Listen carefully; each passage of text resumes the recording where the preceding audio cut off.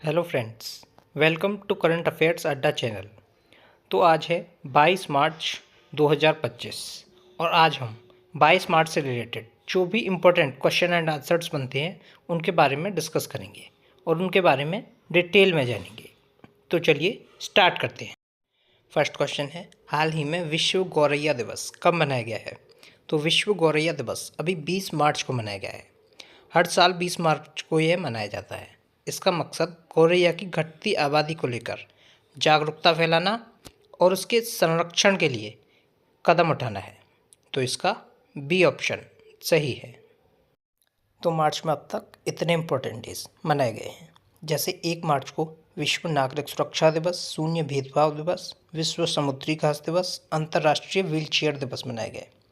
2 मार्च को विश्व किशोर मानसिक स्वास्थ्य दिवस मनाया गया। 3 मार्च को विश्व वन्यजीव दिवस और विश्व श्रवण दिवस मनाया गया। 4 मार्च को राष्ट्रीय सुरक्षा दिवस मनाया गया। 5 मार्च को अंतर्राष्ट्रीय निरखीकरण और अप्रसार जागरूकता दिवस मनाया गया। 6 मार्च को राष्ट्रीय दंत चिकित्सक दिवस मनाया गया। 7 मार्च को जन औषधि दिवस मनाया गया। 8 मार्च को अंतर्राष्ट्रीय महिला दिवस मनाया गया। 10 मार्च को केंद्रीय औद्योगिक सुरक्षा बल स्थापना दिवस मनाया गया। 12 मार्च को धूम्रपान निषेध दिवस मनाया गया। 15 मार्च को विश्व उपभोक्ता दिवस मनाया गया। 16 मार्च को राष्ट्रीय टीकाकरण दिवस मनाया गया। 17 मार्च को सेंट पैट्रिक दिवस मनाया गया। 18 मार्च को आयुध निर्माण दिवस मनाया गया और 19 मार्च को अंतर्राष्ट्रीय ग्राहक दिवस मनाया गया। तो मार्च में अब तक इतने इम्पोर्टेंट डेज मनाए गए हैं। नेक्स्ट क्वेश्चन है, हाल ही में चर्चा में रही सागरेश्वर वाइल्ड लाइफ सेंचुरी किस राज्य में स्थित है? तो सागरेश्वर वाइल्ड लाइफ सेंचुरी ये महाराष्ट्र में स्थित है। सांगली जिले में स्थित सागरेश्वर वन्यजीव अभयारण्य में 536 सांभर और 295 चीतल हैं। तो इस क्वेश्चन का ए ऑप्शन महाराष्ट्र सही है। तो अभी महाराष्ट्र सरकार समाचार सामग्री की निगरानी के लिए एक मीडिया केंद्र स्थापित करेगी। महाराष्ट्र सरकार ने जाति, आय और राष्ट्रीयता प्रमाण पत्र जैसे आवश्यक दस्तावेजों के लिए आवेदन शुल्क माफ़ किया है। मुंबई के पवई में ग्रीन शिपिंग कॉन्क्लेव 2025 का उद्घाटन हुआ है। दशावतार नाट्य प्रदर्शन महाराष्ट्र में शुरू हुआ है। महाराष्ट्र में माधी गणेश उत्सव शुरू हुआ है। भारत ने अपनी तरह के पहले CSIR मेगा इनोवेशन कॉम्प्लेक्स का उद्घाटन मुंबई में किया है। नेक्स्ट क्वेश्चन है, हाल ही में 57वीं नेशनल खो खो चैंपियनशिप 31 मार्च से कहाँ शुरू होगी? तो 57वीं नेशनल खो खो चैंपियनशिप ये उड़ीसा में शुरू होगी। तो इसका बी ऑप्शन सही है। तो ये है मैप में उड़ीसा। उड़ीसा की कैपिटल है भुवनेश्वर। उड़ीसा के चीफ मिनिस्टर हैं मोहन चरण मांझी और उड़ीसा के गवर्नर हैं हरिबाबू कंभमपति। तो अभी उड़ीसा सरकार ने ग्राम विकास के लिए विकासिता गांव योजना शुरू की है। उड़ीसा में महिला उद्यमियों के लिए विशेष औद्योगिक पार्क स्थापित किया जाएगा। नीति आयोग के प्रथम वित्तीय स्वास्थ्य सूचकांक में उड़ीसा शीर्ष पर रहा है। तीसरा राष्ट्रीय खान मंत्रियों का सम्मेलन ये उड़ीसा के कोणार्क में हुआ है। प्रवासी भारतीय दिवस का 18वां संस्करण ये भुवनेश्वर में आयोजित किया जाएगा। प्रख्यात उड़िया कवि प्रतिभा सतपथी को गंगाधर राष्ट्रीय पुरस्कार मिला है। उड़ीसा मास्टर्स 2024 बैडमिंटन टूर्नामेंट ये कटक में शुरू हुआ है। टाटा स्टील ने उड़ीसा के कलिंग नगर में देश का सबसे बड़ा ब्लास्ट फर्नेस चालू किया है। नेक्स्ट क्वेश्चन है, हाल ही में कैबिनेट ने कहाँ नामरूप 4 उर्वरक संयंत्र को मंजूरी दी है? तो नामरूप 4 उर्वरक संयंत्र को मंजूरी असम में दी गई है। तो इसका बी ऑप्शन सही है।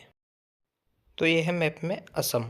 असम की कैपिटल है दिसपुर। असम के चीफ मिनिस्टर हैं हेमंत बिस्वा शर्मा और असम के गवर्नर हैं लक्ष्मण आचार्य। तो अभी असम की जगीरोड इलेक्ट्रॉनिक सिटी का नाम रतन टाटा के नाम पर रखा गया है।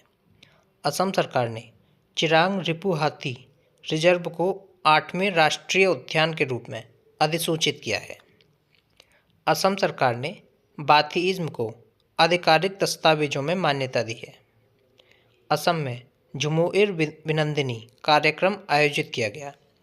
केंद्रीय मंत्री सर्बानंद सोनोवाल ने अंतर्देशीय जलमार्ग टर्मिनल का उद्घाटन असम के जोगी घोफा में ब्रह्मपुत्र नदी पर किया है। असम के मुख्यमंत्री ने डिब्रूगढ़ को राज्य की दूसरी राजधानी बनाने की घोषणा की। असम सरकार ने छात्रों के प्रदर्शन का आकलन करने के लिए गुणोत्सव 2025 शुरू किया है। नेक्स्ट क्वेश्चन है, हाल ही में कहाँ अगस्त्यमाला रिजर्व में नई पौधों की प्रजाति की पहचान की गई है? तो अभी केरल में अगस्त्यमाला रिजर्व में नए पौधों की प्रजाति की पहचान की गई है। नई पौधों की प्रजातियों की पहचान शोधकर्ताओं ने एक नई प्रजाति उनियाला केरलेंसिस की पहचान की है, जो दक्षिण पश्चिम भारत में पाई जाती है, जिसे अगस्त्यमाला बायोस्फीयर रिजर्व में खोजा गया है। तो इसका बी ऑप्शन सही है। तो अभी मुख्यमंत्री पिनाराई विजयन ने उन्नत साइबर सुरक्षा संचालन केंद्र का उद्घाटन किया है। केरल के बेलूर गांव में सदियों पुरानी आत्मा पूजा अनुष्ठानों के अवशेष मिले हैं। केरल सरकार ने नए नामरतम 2.0 नामक एक एआई संचालित नेत्र जांच पहल शुरू की है। एक्सपायर हो चुकी दवाओं के वैज्ञानिक निपटान में केरल शीर्ष पर रहा है। केरल के मुख्यमंत्री ने कवचम आपदा चेतावनी प्रणाली लॉन्च की है। 29वां अंतर्राष्ट्रीय केरल फिल्म महोत्सव यह तिरुवनंतपुरम में शुरू हुआ है। केरल सरकार ने नए किसान सेवा केंद्र आश्रय शुरू किए हैं। नेहरू ट्रॉफी बोट रेस का 70वां संस्करण ये अलपुझा में आयोजित किया गया है।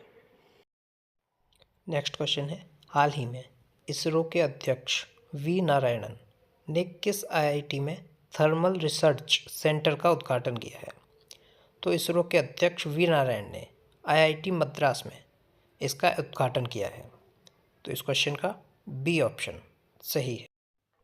तो अभी आईआईटी दिल्ली ने एंटीबायोटिक प्रतिरोध ट्रैकिंग के लिए एआई उपकरण AMR सेंस विकसित किया है। आईआईटी मद्रास ने स्वदेशी अंतरिक्ष चिप IRIS विकसित की है। आईआईटी कानपुर ने किसानों के लिए सौर निर्जलीकरण तकनीकी विकसित की है। आईआईटी गुवाहाटी ने विद्युत और सूर्य के प्रकाश को ऊष्मा में परिवर्तित करने वाला सुचालक कपड़ा विकसित किया है। सेना ने उच्च ऊंचाई पर बांस आधारित बंकर विकसित करने के लिए आईआईटी गुवाहाटी के साथ समझौता किया है। स्वदेशी 6G ऑप्टिकल चिपसेट के लिए C-DOT ने आईआईटी मुंबई के साथ साझेदारी की। मद्रास ने एशिया के सबसे बड़े उथले तरंग बेसिन का अनावरण किया है। नेक्स्ट क्वेश्चन है, हाल ही में किसे विजन 2020 इंडिया का सद्भावना राजदूत नियुक्त किया गया है?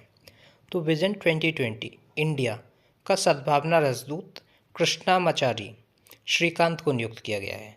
ये हैं कृष्णमाचारी श्रीकांत, विजन 2020 इंडिया के सद्भावना राजदूत। भारतीय क्रिकेट टीम के पूर्व कप्तान और बल्लेबाज, इनको विजन 2020 इंडिया का सद्भावना राजदूत नियुक्त किया गया है। तो इस क्वेश्चन का सी ऑप्शन सही है। तो अभी डॉक्टर अंजू राठी राणा को कानूनी मामलों का सचिव नियुक्त किया गया है। अजय भादु को GEM का CEO नियुक्त किया गया है। RBI ने अजीत रत्नाकर जोशी को कार्यकारी निदेशक नियुक्त किया है। मनन कुमार मिश्रा 7वीं बार बार काउंसिल ऑफ इंडिया के अध्यक्ष चुने गए हैं। भारत के रक्षा लेखा महानियंत्रक का कार्यभार डॉक्टर मयंक शर्मा ने संभाला है। SBI लाइफ ने दोरा बाबू दंपति को डिप्टी CEO नियुक्त किया है। N चंद्रशेखरन को रतन टाटा एंडोमेंट फाउंडेशन का अध्यक्ष नियुक्त किया गया है। सब्सियाची कर को आर्थिक विकास संस्थान का निदेशक नियुक्त किया गया है। नेक्स्ट क्वेश्चन है, हाल ही में राजीव युवा विकास योजना किस राज्य में शुरू हुई है? तो राजीव युवा विकास योजना ये तेलंगाना में शुरू हुई है। तो इस क्वेश्चन का ए ऑप्शन सही है। तो ये है मैप में तेलंगाना। तेलंगाना की कैपिटल है हैदराबाद। तेलंगाना के चीफ मिनिस्टर हैं रेवंत रेड्डी और तेलंगाना के गवर्नर हैं जिष्णुदेव वर्मा। तो अभी तेलंगाना के ममनार में राज्य के दूसरे हवाई अड्डे का मंजूरी दी गई है। 8 दिवसीय नागोबा जात्रा मेला तेलंगाना में शुरू हुआ है। तेलंगाना के मुख्यमंत्री ने एक्सपेरियम पार्क का उद्घाटन किया है। गृह मंत्री अमित शाह ने हैदराबाद में शूटिंग रेंज की आधारशिला रखी है। विश्व तेलुगु सम्मेलन वर्ल्ड तेलुगु कॉन्फ्रेंस 2025 ये राजा महेंद्रवरम में शुरू हुआ है। रायतु भरोसा योजना के अंतर्गत तेलंगाना सरकार किसानों को अब हर वर्ष प्रति एकड़ 10,000 की जगह 12,000 रुपये की सहायता देगी। तेलंगाना सरकार ने सावित्रीबाई फुले की जयंती 3 जनवरी को महिला शिक्षक दिवस के रूप में मनाया है। नेक्स्ट क्वेश्चन है, हाल ही में कौन लगातार विश्व खुशहाली रैंकिंग में शीर्ष पर रहा है? तो अभी फिनलैंड लगातार विश्व खुशहाली रैंकिंग में शीर्ष पर रहा है। फिनलैंड ने लगातार 8वें साल विश्व खुशहाली रिपोर्ट 2025 में दुनिया के सबसे खुशहाल देश का खिताब बरकरार रखा है। नॉर्डिक राष्ट्र शीर्ष रैंकिंग पर हावी हैं, जबकि भारत 198वें स्थान पर पहुंच गया है। तो इस क्वेश्चन का बी ऑप्शन सही है।